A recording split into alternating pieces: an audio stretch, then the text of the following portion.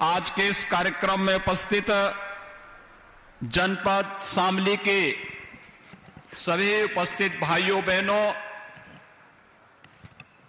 कभी इतिहास में भारत की संगीत की एक विशिष्ट विधा के लिए विख्यात रहा केराना घराना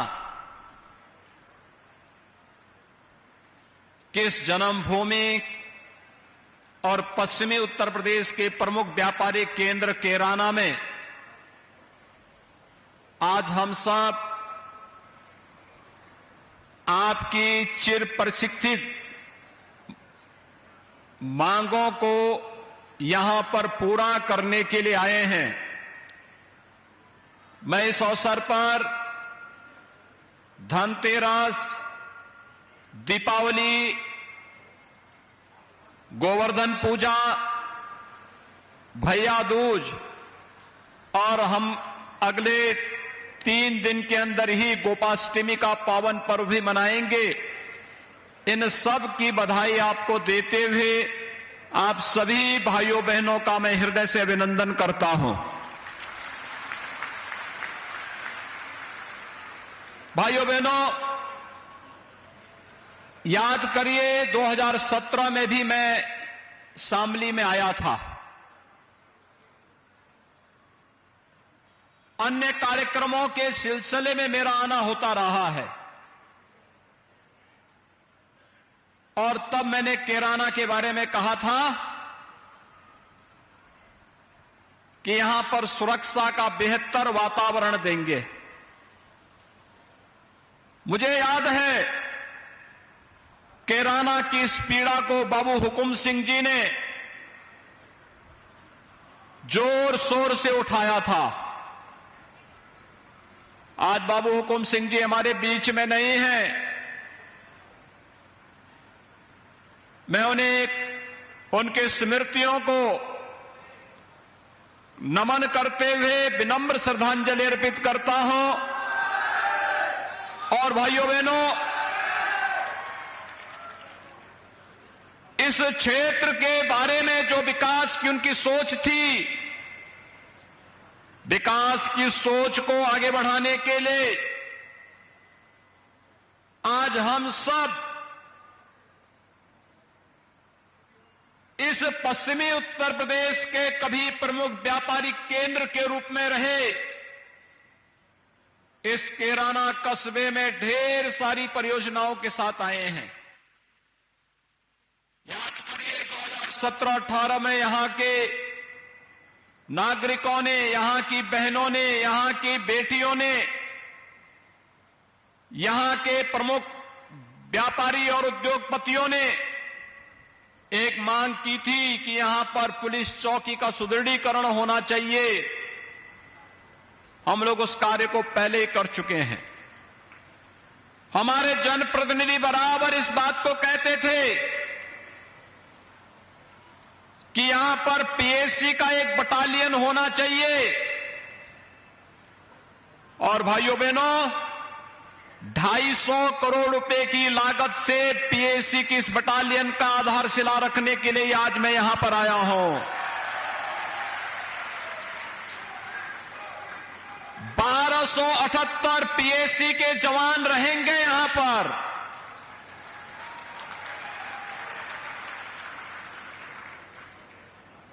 ये पीएससी का एक बटालियन, कैंप छोटा होता है, बटालियन बड़ी होती है। यहां पर किसी भी विपरीत परिस्थिति का सामना करने के लिए यहां के प्रत्येक नागरिक के मन में सुरक्षा का एक नया विश्वास जागृत करने के लिए बड़ी भूमिका का निर्वहन करेगा। और यही तो आश्वासन देने के लिए आज एक बार फिर से मैं आपके पास आया हूं, आपसे कहने के लिए।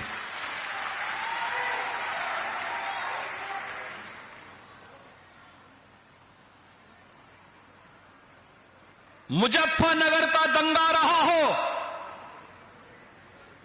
या फिर केराना का पलायन, ये हमारे लिए राजनीतिक मुद्दा नहीं, बल्कि प्रदेश और देश के आन मान और शान पर आने वाली आंच का मुद्दा रहा है। और हम लोग जब सत्ता में नहीं थे तब भी हम लोग कहते थे कि इस प्रकार की कायराना हरकतों को हम स्वीकार नहीं करेंगे। और सत्ता में आए तो अपराध और अपराधियों के प्रति जीरो टॉलरेंस की नीति के तहत कार्य प्रारंभ हुआ। कभी कैराना कस्बे में यहां के व्यापारी और यहां के नागरिकों को प्लान करने के लिए मजबूर करने वाले अपराधी आपने विगत 4.5 वर्ष के अंदर देखा होगा, स्वयं प्लान करने के लिए मजबूर हो गए। किसी अपराधी और किसी माफिया की हैसियत नहीं कि वो सिर उठा करके सड़कों पर चल सके। धमकी की बात तो दूर, वो सड़कों पर चल सके। और अगर किसी ने दुस्साहस किया,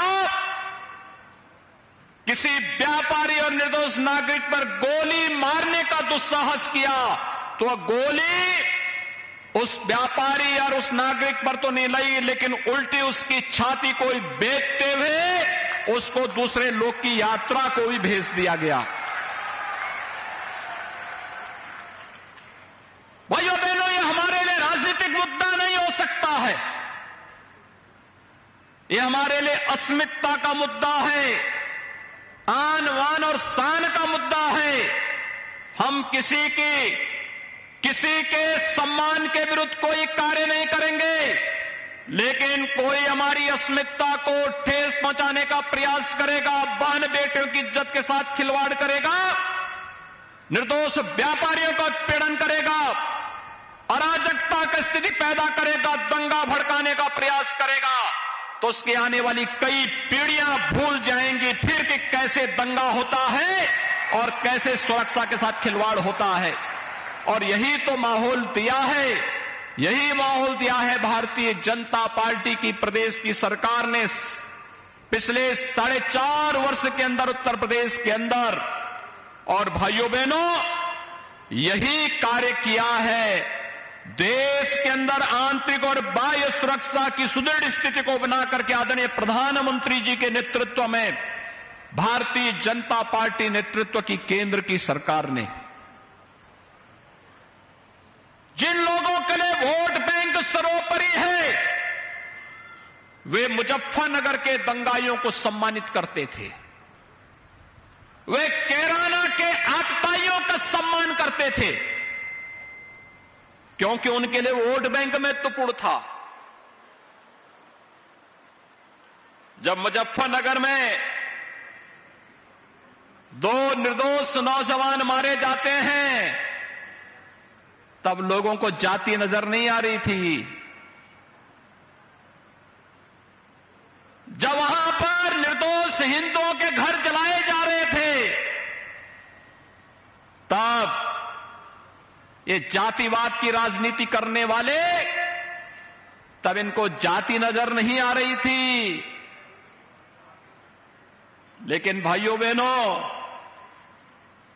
ये धर्म चक्र है, इसी के लिए कहा गया है धर्म चक्र प्रवर्तनाय की बात इसीलिए कही गई है। ये चक्र तो धर्म का घूमता है, ये चक्र ऐसा मोदी जी ने घुमा दिया है। जो लोग कल तक मंदिर जाने में संकोच करते थे, आज उनका टीका इतना बड़ा लगता है, तिलक इतना बड़ा लगाते हैं कि जैसे यही सबसे बड़े हिंदू हैं।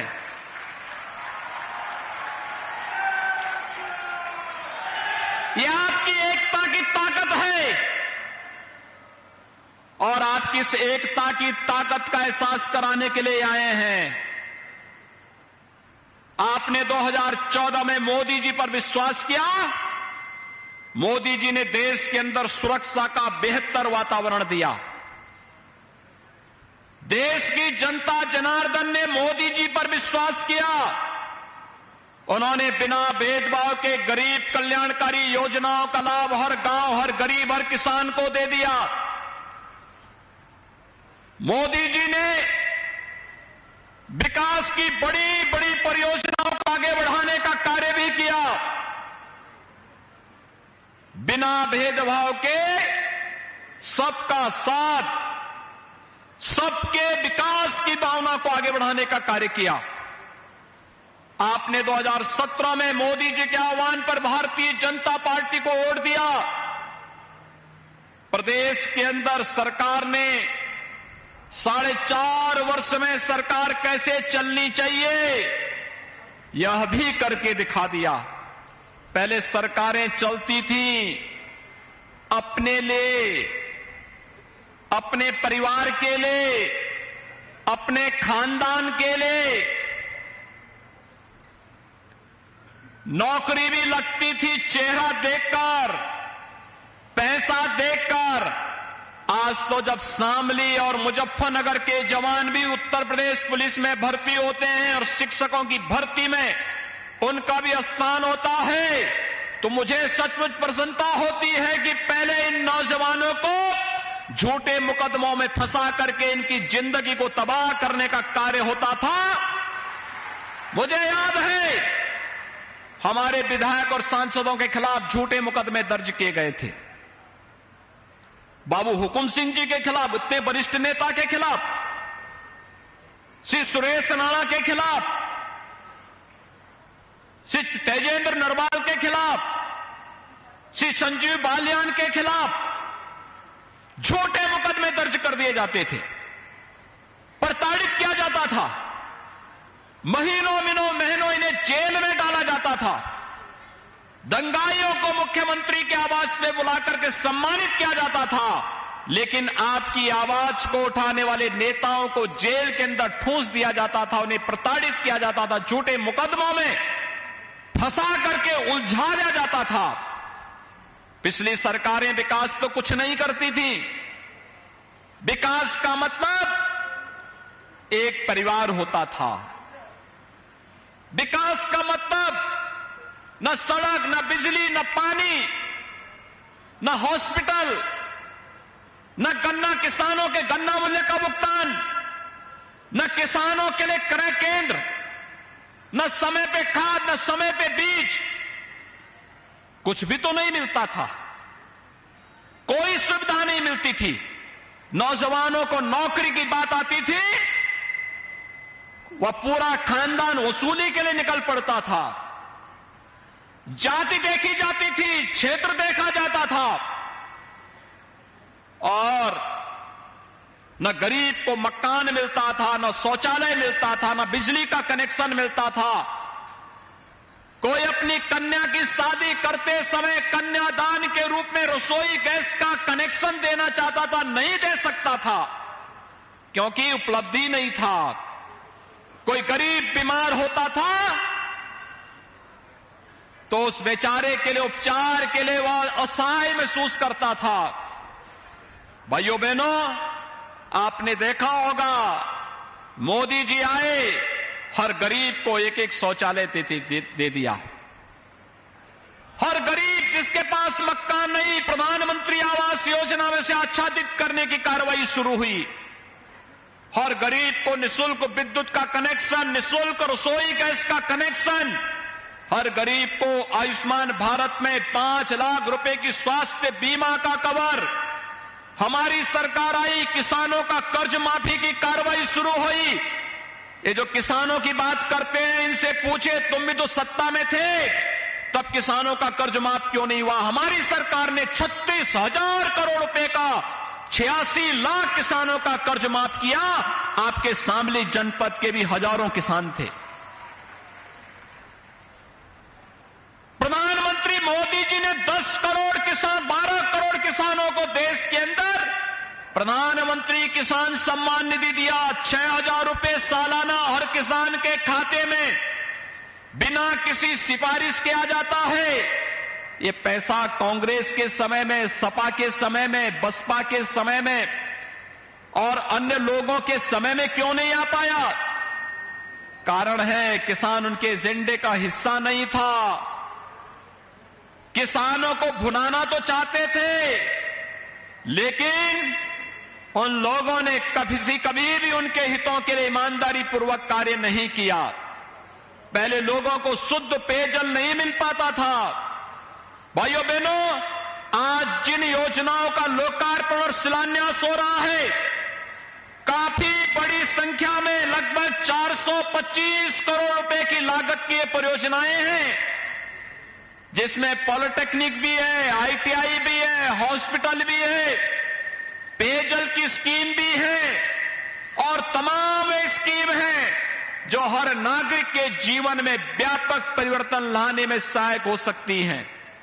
आज आप देख रहे होंगे, इस शामली बिजली के लिए तरसता था। 800 करोड़ रुपए की लागत से एक सब स्टेशन हम लोगों ने आपके शामली जनपद को ही दिया है।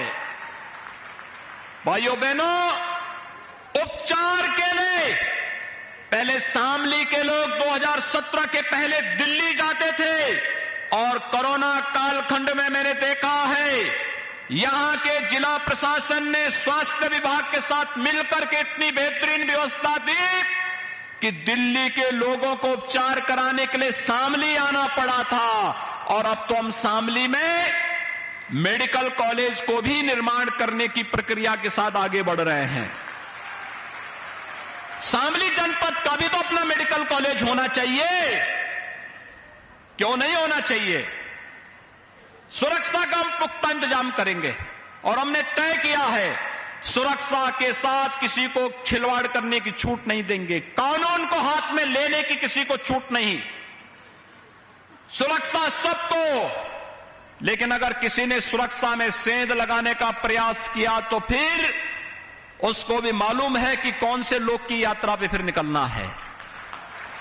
और इसलिए भाइयों बहनों, ये कैराना, इसका अपना इतिहास रहा है। कभी कैराना घराना मशहूर था, संगीत के क्षेत्र में, शास्त्रीय संगीत के क्षेत्र में इसकी अपनी एक पहचान थी। पूरा भारत का फिल्म जगत अगर उत्तर प्रदेश के किसी एक अन्य कस्बे के प्रति उनके मन में एक आत्मीय लगाव था, तो भाइयों बहनों, उसमें से कैराना भी एक महत्वपूर्ण जगह थी। लेकिन आज कैराना घराने की पहचान को कुछ लोगों ने अपनी फितरत और अपनी नफरत की भावना के साथ इसकी इस पहचान को मिटाने का कुत्सित प्रयास किया। यहां के व्यापारियों को, यहां के नागरिकों को पलायन करने के लिए मजबूर किया था। आज मैं इसीलिए आया हूं, जो मांग आपने की थी 250 करोड़ रुपए की लागत से पीएससी की इस बटालियन के आधारशिला को रखने के लिए, और भाइयों बहनों 1278 जवान यहां पर पीएससी के रहा करेंगे। और पीएससी का जब डंडा चलेगा तो बड़े से बड़े दंगाई अपने आप ही दूसरे लोग की यात्रा करता हुआ दिखाई देगा। अब वह यहां पर अराजकता नहीं फैला सकता, और अगर फैलाएगा तो फिर उसको भी मालूम होगा कि इसके बाद कोई और चारा नहीं होगा गले में तख्ती लटकाने के सिवाय। और भाइयों बहनों, आज इसीलिए हम सब आपके बीच आए हैं आपसे कहने के लिए, ये विकास की परियोजनाएं जो यहां पर यहां के लोगों के जीवन में परिवर्तन लाएगी। आपने देखा होगा कैराना से बाईपास निकल रहा है, शामली बाईपास के रूप में विख्यात होगा।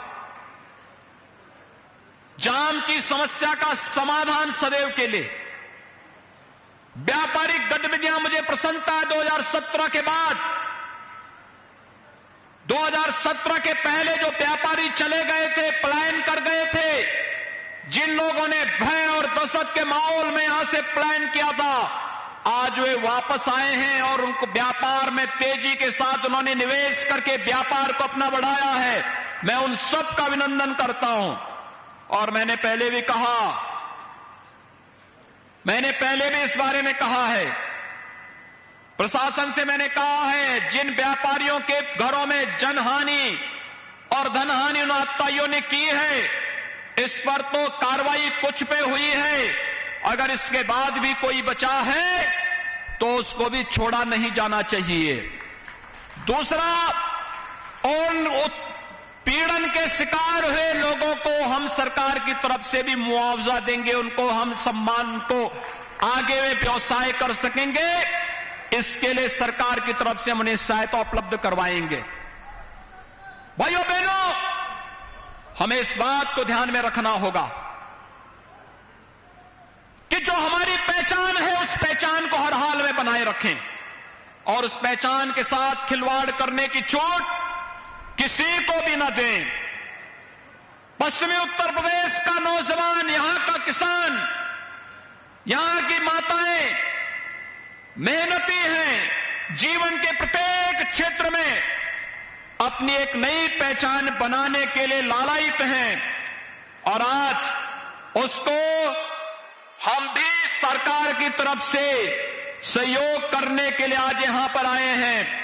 जिन भी लोगों ने यहां पर कैराना को, जो कभी भारत के शास्त्रीय संगीत का एक केंद्र बिंदु हुआ करता था, भारतीय संगीत का एक केंद्र बिंदु हुआ करता था, और इस पश्चिमी उत्तर प्रदेश का प्रमुख व्यापारिक केंद्र, जिन लोगों ने भी इस केंद्र को उजाड़ने का दुस्साहस किया है, मारीच और सुबाहों की तरह उनकी दुर्गति हुई है और मारीच और सुबाहों की तरह ही उनको आने वाले समय में इसी दुर्गति का शिकार भी होना पड़ेगा, इसमें कोई संदेह नहीं होना चाहिए।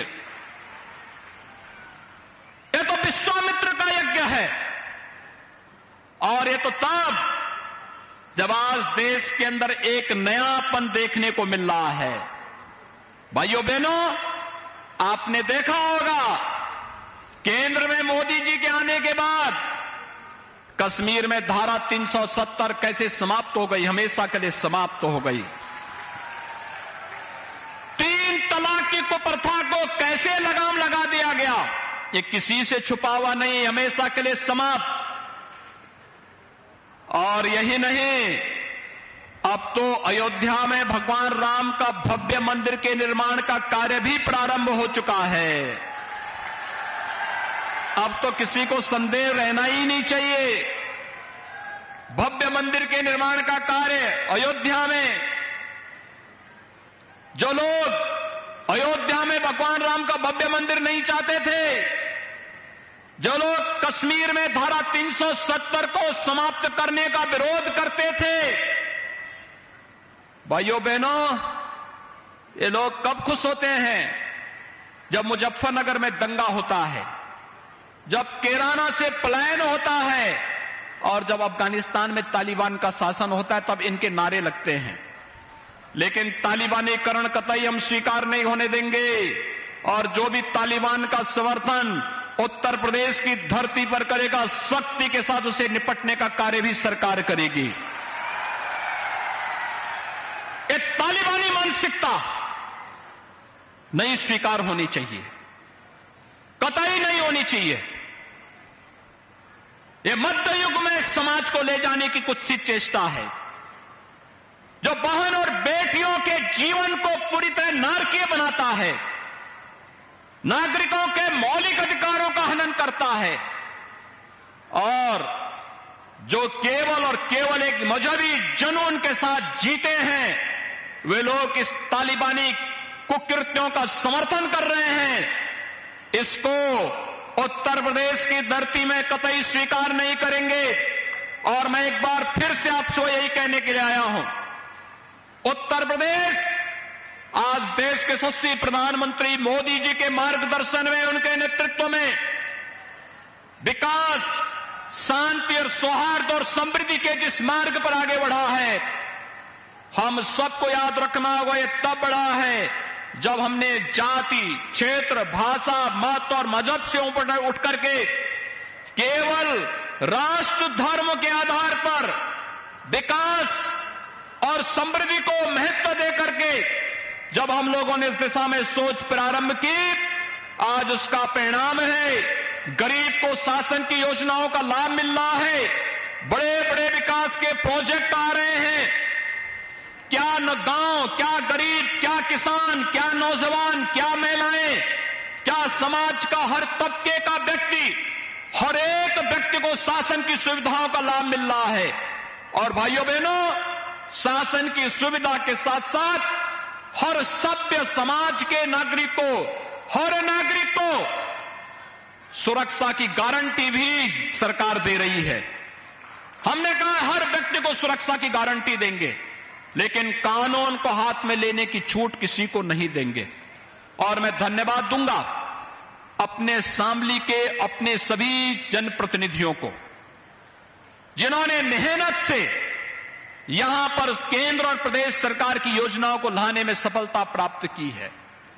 आज भाइयों बहनों, चाहे वह माननीय सांसद श्री प्रदीप चौधरी जी हो, चाहे वह प्रदेश सरकार में मंत्री श्री सुरेश राणा जी हो, चाहे वह विधायक शामली श्री तेजेंद्र निर्वाल जी हो, चाहे वह विधान परिषद के माननीय सदस्य चौधरी बीरेंद्र सिंह जी हो, चाहे यहां पर हमारी पूर्व प्रत्याशी रही और बाबू हुकुम सिंह जी की सुपुत्री श्रीमती मृगांगा सिंह जी हो, चाहे वह यहां पर भारतीय जनता पार्टी के ही वरिष्ठ नेता श्री अनिल चौहान जी हो, चाहे वह श्री मनीष चौहान हो, या भारतीय जनता पार्टी के क्षेत्रीय अध्यक्ष श्री मोहित बेनीवाल हो, चाहे वह भारतीय जनता पार्टी के यहां के जिलाध्यक्ष सत्येंद्र तोमर हो, ये जितने भी लोग हैं,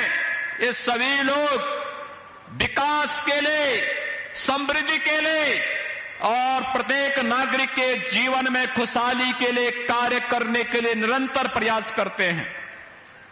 भाइयों बहनों, जब सुरक्षा, समृद्धि और होगी तो खुशहाली स्वयं ही आएगी, और उसी खुशहाली के साथ आपके साथ सहभागी बनने के लिए आज मैं स्वयं भी प्रदेश अध्यक्ष जी के साथ में आपके बीच में यहां पर आया हूं। मैं इन सभी 425 करोड़ रुपए की लागत की परियोजनाओं की सौगात शामली जनपद को देते हुए कैराना में इस पीएसी बटालियन की आधारशिला रखते मुझे अत्यंत आनंद की अनुभूति हो रही है। ये दीपावली का उपहार है शामली जनपद के लिए, कैराना कस्बा वासियों के लिए। आप सबको ये मंगलमय हो। यह बटालियन यहां पर सुरक्षा का बेहतर वातावरण बना पाएगा, इस विश्वास के साथ आप सभी को बेझिझक कैराना को उसकी पहचान दिलाइए। संगीत के प्रमुख घराने के रूप में इसकी जो पहचान थी, उस कैराना घराने की पहचान के साथ साथ एक प्रमुख व्यापारिक केंद्र के रूप में फिर से कैराना उभरेगा। इसके लिए सभी लोग मिलकर के कार्य करेंगे। सरकार इसमें भरपूर सहयोग करेगी। यहां पर कुछ औद्योगिक केंद्र विकसित करने की मांग हमारे जनप्रतिनिधियों ने की है। उसके लिए सरकार पूरी संवेदनशील तरीके से इस कार्यक्रम को आगे बढ़ाएगी। इस विश्वास के साथ एक बार फिर से मैं आप सबको हृदय से बधाई देता हूं, अपनी शुभकामनाएं देता हूं और अपनी वाणी को देता हूं विराम। जय जय श्री राम, जय जय श्री राम।